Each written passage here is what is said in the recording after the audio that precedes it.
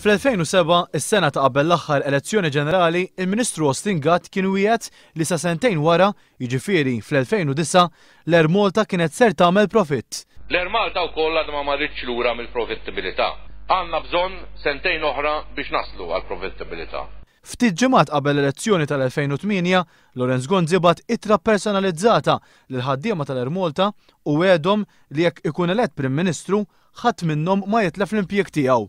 Imma llum l-Air Malta tinsab f'diffikultajiet finanzjarji kbar u għalihom ser jagħmlu tajjeb il-ħaddiema. Bil-Prim Ministru jgħid li jridu jitilqu 600 minnhom. Il-numru ta' ħaddiema li għandha l-Air Malta di ċara da, irid jonqos b'600. Jekk mhux se jonqos b'600, l-Air Malta sa tidħol ġoħajt, daħlet ġoħajt diġà. Fi kliem Lorenz Gonzi tnaqqis ta' 600 ħaddiem irid isir illum qabel għada. Ma nistgħux neqgħu induru, issa trid tinqata'. Il-Prim Ministru qal li qed jirrikonoxxi li l-ħaddiema ser ibatu, imma l-Gvern tiegħu ma jistax joqgħod jitħassarhom. Ma nistgħux neqgħu għax nitħassru lil dak li jkun allura neqgħu nofqu 25 miljun.